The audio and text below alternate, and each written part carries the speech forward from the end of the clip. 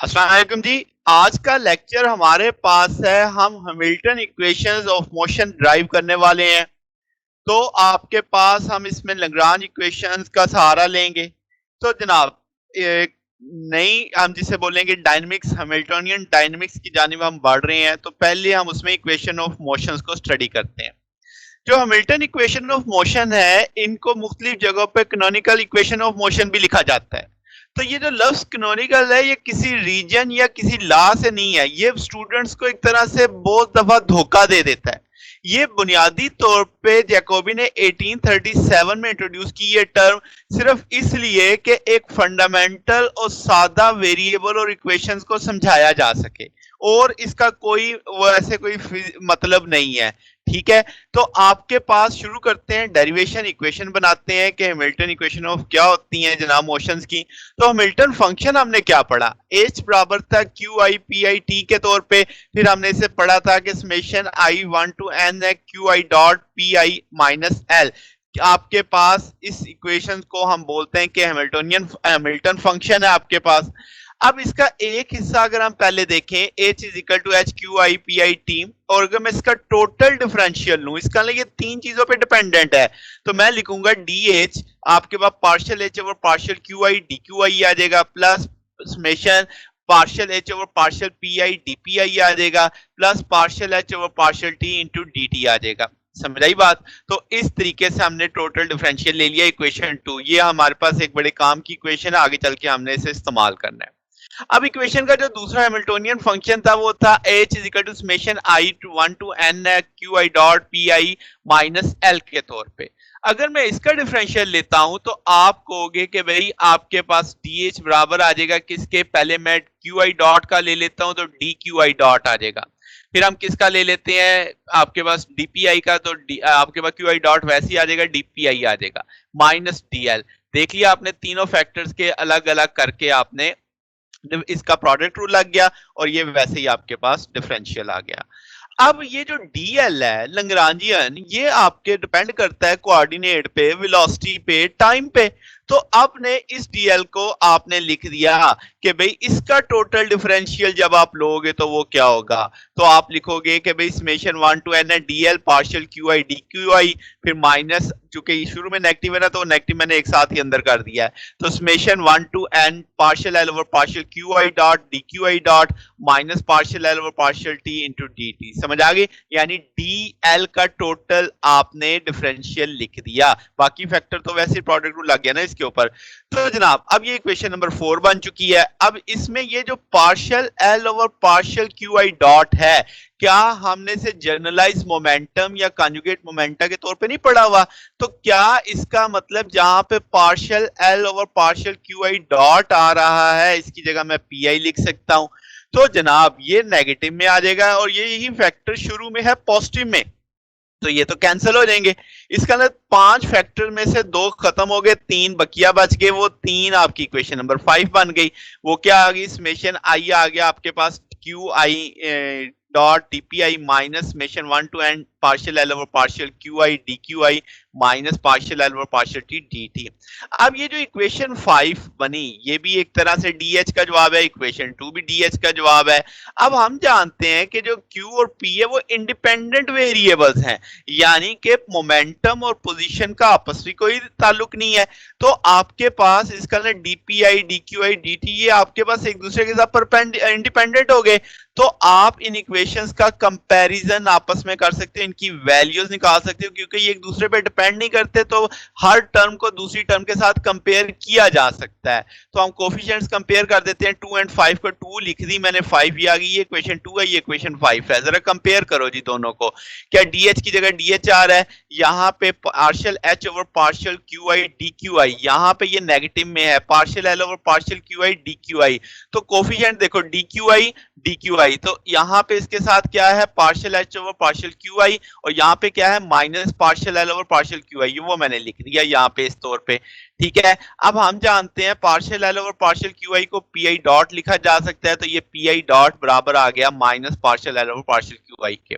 अच्छा जी, अगला कंपैरिजन देखो डीपीआई और डीपीआई। यहाँ पे डीपीआई के साथ क्या है क्यूआई डॉट, यहाँ पे डीपीआई के साथ क्या है partial H over partial pi. तो इसको मैंने इकट्ठा करके लिख दिया इस तौर पे कि क्यू आई डॉट बराबर है किसके partial H over partial pi के।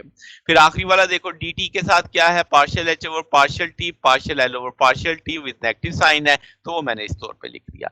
अब आपने ये तीन फैक्टर्स आपने कंपैरिजन में निकाल लिए। इनमें से जो शुरू वाले दो फैक्टर्स हैं अगर आप देखें तो पी आई डॉट बराबर है minus partial H over partial Q I dot किसके बराबर है partial H over partial P आई, और ये टाइम वाला मैंने अलग रख लिया। तो इसको नाम दे लेते हैं। ये जो दो फैक्टर ऊपर आए थे आपके पास, अगर आप देखो ये वाला और ये वाला, आपने एक ही जगह इक्वेशन में इक्वेशन 6 कह दिया। पी आई डॉट बराबर है किसके minus partial H over partial Q आई, और क्यू आई डॉट बराबर है partial H over partial P आई, और आई की वैल्यू कितनी है 1 से n तक। इसका मतलब जब आप किसी का हैमिल्टोनियन देखोगे तो कितनी चीजें निकालोगे, दो, तो 2n का कंसेप्ट आ जाएगा। एक n वैल्यूज इसके लिए, एक n वैल्यूज इसके लिए, अगर उसके n कोऑर्डिनेट्स होंगे। समझा गई बात? तो इसी तरीके से लास्ट वाली partial L over partial T है minus partial H over partial T. Equation 6 और 7 आ गए, मिला के हम इनको बोल देते हैं कि भाई ये हैमिल्टन कैनोनिकल इक्वेशंस हैं, जस्ट हैमिल्टन इक्वेशंस भी बोल देते हैं। आपके पास इक्वेशन 6 बहुत इंपॉर्टेंट है। इक्वेशन 7 का भी आगे नतीजा अखज करते हैं, पहले इक्वेशन 6 को देखते हैं कि ये सिमेट्रिकल है। आपको सिमेट्री नजर आ रही है, ऊपर पार्शियल एच, यहाँ पे पी आई डॉट है, यहाँ पे क्यू आई डॉट है। जब पी आई डॉट है तो डिवाइडिंग फैक्टर क्या है पार्शियल क्यू आई, जब क्यू आई डॉट है तो डिवाइडिंग फैक्टर क्या है पार्शियल पी आई, यानी वाइस वर्सा चल रहा है एक तरह से। फर्क क्या है अलजेब्रिक साइंस का, ये पी आई वाली नेगेटिव में है, क्यू आई वाली पॉजिटिव में है, ये याद रखने की बात है। ओके हो गया बात? अब ये जो इक्वेशन नंबर 6 है ये बुनियादी तौर पे किसी सिस्टम की मोशन को डिस्क्राइब करती हैं जो हैमिल्टोनियन डायनेमिक्स बनाएंगी। ओके है ये बात भी। अब जरा इक्वेशन 7 का कोई खुलासा करते हैं।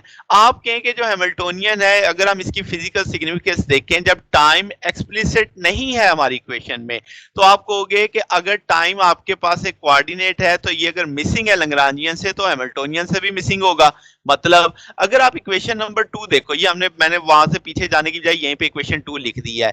यहां से dt, अगर मैं सारी इक्वेशन को डिवाइड कर दूं dt से, तो क्या dh ओवर dt आ जाएगा, क्या यहाँ पे dqi ओवर dt आ जाएगा, क्या dpi ओवर dt आ जाएगा, और dt ओवर dt क्या हो जाएगा 1 हो जाएगा। तो ये इक्वेशन 2 को मैंने इस सूरत में लिख दिया, ये शक्ल बना दी, या समझ गए ना? यानी dt से लेफ्ट और राइट दोनों साइड पे डिवाइड कर दिया, तो यहाँ से आखिरी वाले फैक्टर से dt उड़ जाएगा, बाकी सबके नीचे dt आ जाएगा। अगर आप इसे जरा तसल्ली से देखो तो partial H over partial Q आई partial H over partial P आई, ये अभी अभी तो हमने पढ़ा है। तो आप अगर इसको देखो तो क्या partial H over partial P आई को आप क्यू आई डॉट लिख सकते हो? तो इसका मतलब इसकी जगह क्यू आई डॉट आपने लिख दिया, सॉरी पी आई डॉट लिख देंगे और नेगेटिव साइन इधर आ जाएगा, फिर इसी तरीके से इसकी जगह क्यू आई डॉट आ जाएगा। तो अगर आप देखो एक फैक्टर पॉजिटिव में एक नेगेटिव में, ये तो जीरो हो जाएगा। तो आप लिखोगे D H over D T बराबर है किसके partial H over partial T के। ये बहुत अहम रिजल्ट है। अब इसका मतलब क्या कि अगर एच वेरी नहीं करता टाइम के लिहाज से, ठीक है, तो आपके पास partial H over partial T zero हो जाएगा, इसका एच कांस्टेंट हो जाएगा। अब इसका मतलब अगर आप कहेंगे कि अगर आपके पास अलग से टाइम जब तक ना दिया जाए, यानी एक्सप्लिसिटली डिपेंड करना चाहिए एच को टी पे, तब हम उसको एक और पहलू से देखेंगे। अगर वो डिपेंड नहीं करता तो एच क्या होगा? Constant of motion. क्या मतलब? अगर हम कहेंगे कि हैमिल्टोनियन आपका कांस्टेंट ऑफ मोशन आएगा, इसमें एनर्जी आपकी कांस्टेंट रहेगी, ठीक है, तो इसका मतलब हैमिल्टोनियन एनर्जी के बराबर माना जाएगा। ठीक होगी ये बात? तो ये चीज अब आपने इसकी इक्वेशन ऑफ मोशन की देखी, तो बुनियादी तौर पे तो ये इक्वेशन ऑफ मोशन हम ज्यादा लेके चलेंगे, क्योंकि उसके अंदर सब के अंदर यही होगा कि आपके पास एच वेरी नहीं करेगा टाइम के रिस्पेक्ट से, तो हम partial H over partial T को जीरो ही मानेंगे। तो रिमेनिंग फैक्टर इक्वेशंस को इसी तौर पे समझ रहे होंगे। ठीक होगी बात जनाब? तो अब आपके पास ये इक्वेशन ऑफ मोशन थी। आगे अभी हम इसकी एक दो तीन इन लेक्चर्स और देखेंगे। हम हैमिल्टन प्रिंसिपल की मदद से हैमिल्टोनियन इक्वेशंस को भी समझेंगे। फिर आगे हम लैग्रांज इक्वेशन हैमिल्टोनियन प्रिंसिपल से लैग्रांज बनाएंगे, जैसे आज लैग्रांज इक्वेशन से हैमिल्टोनियन बनाया, उसका वाइस वर्सा देखेंगे। देन इसके ढेर सारे प्रॉब्लम भी देखेंगे। तो ये जनाब आज का हमारा टॉपिक था। अगर आपको इसमें कोई बात पूछने वाली हो, कोई डाउट हो, तो नीचे कमेंट्स में पूछ सकते हैं। वीडियो अच्छी लगी हो तो वीडियो को लाइक कीजिएगा। आपके पूरी प्लेलिस्ट अपलोडेड है तरतीब में, अगर आप किसी जगह पे भी सीक्वेंस मिस करते हैं तो आप वो पीछे जाके देख सकते हैं, आपको हर टॉपिक मिलेगा क्लासिकल मैकेनिक्स का इसके अंदर। तो जनाब आज के लिए इतना ही, बाकी इंशाल्लाह फिर नेक्स्ट देखेंगे। ओके, अल्लाह हाफिज।